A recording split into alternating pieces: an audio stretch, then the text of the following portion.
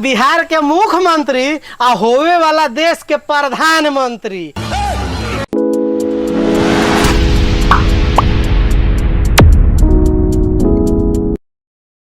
लागता कि चाचा जी वो दिन गांजा मार के आइल रहनी का ना। मतलब हमार मतलब है कि इ तानिया झा नेहा राजा अंतरा सिंह के गनवो लागता कि ज्यादा सुने नी। हाँ मतलब कि इ रउआ जे तरह अश्लील बात कहनी इ साला तो एगो पागलो ना कर सकेला। लेकिन अंतिम में भीतर मत घुसाओ, उसको बाहर कर दो।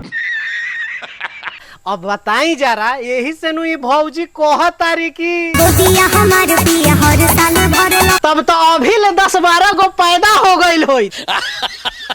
ना बताई लोगिन कि भौजी के हर साल भर जाला। एहे रहा नहीं जाता। मतलब कि गोदी जाई लोगिन कुछ समझ लेवे नहीं रहुअल। हाँ जाना तानी कि सुतहू ना देत होई। नहीं काहे से कि जब नया नया माल एसनो पाउडर क्रीम लगा के बगल में सूती तो चौदर में गोदर तो मचबे न करी।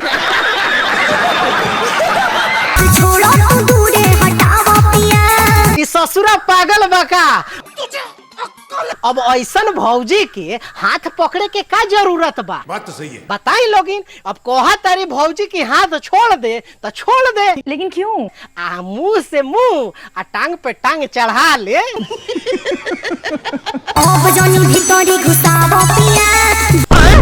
का कहलू भौजी?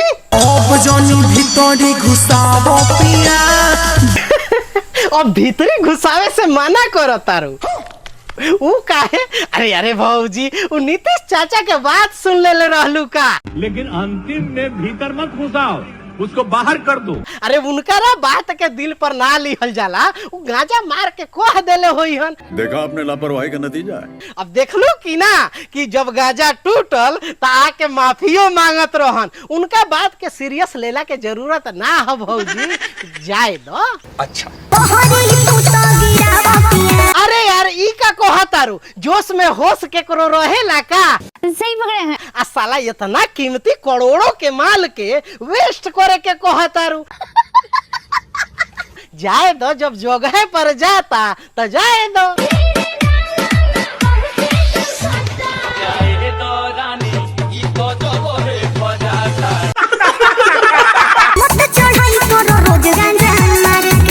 देखी चाचा जी एकरो पता चल गइल, लागत कि बुढ़ापा में रहुआ सठिया गइल बानी। बंद करो हाथ जोड़ के। मैं कौनो बात ना, एक दिन एकरो के कही ना कि हेड क्वार्टर